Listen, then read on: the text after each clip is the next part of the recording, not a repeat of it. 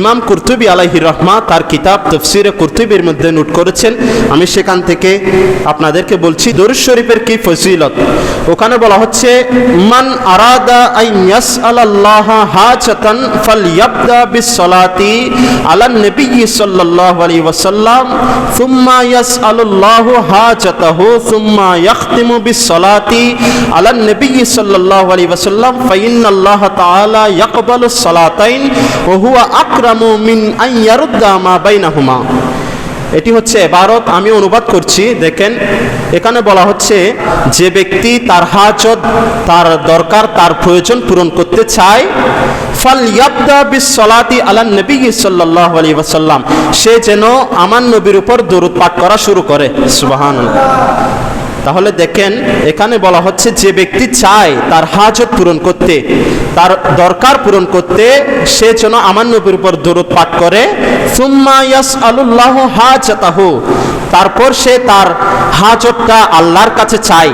চাওয়ার পরে সুম্মা ইয়াখতিমু বিসসালাতি আলান নবী সাল্লাল্লাহু আলাইহি ওয়াসাল্লাম, অতঃপর সে যেন দরুদ শরীফের মাধ্যমে তার চাওয়াটাকে শেষ করে। এরকম করলে কি হবে? ফাইন্নাল্লাহ তাআলা ইয়াকবালুস সালাতাইন, এই আমার আল্লাহ, যে ব্যক্তি একটা হাজত পূরণ করতে চায়, সে যেন নবীর উপর দরুদ পাঠ করে এবং ওই হাজতটা আল্লাহর কাছে চায়, অতঃপর সে আবার দরুদ পাঠের মাধ্যমে ওই চাওয়াটা শেষ করে। ফাইন্নাল্লাহ তাআলা ইয়াকবালুস সালাতাইন, আল্লাহ তার প্রথম দরুদ এবং দ্বিতীয় দরুদ কবুল করে নেন। সুবহানাল্লাহ।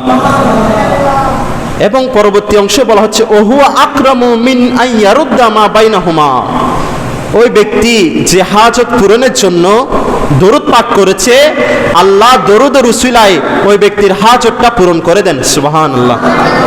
তাহলে এখান থেকে বুঝলাম, আমরা যখন বিপদে পড়ব, তখন আমরা যদি নবীজির উপর দরুদ পাঠ করি, তাহলে আল্লাহ আমাদের বিপদকে দূর করে দিবেন।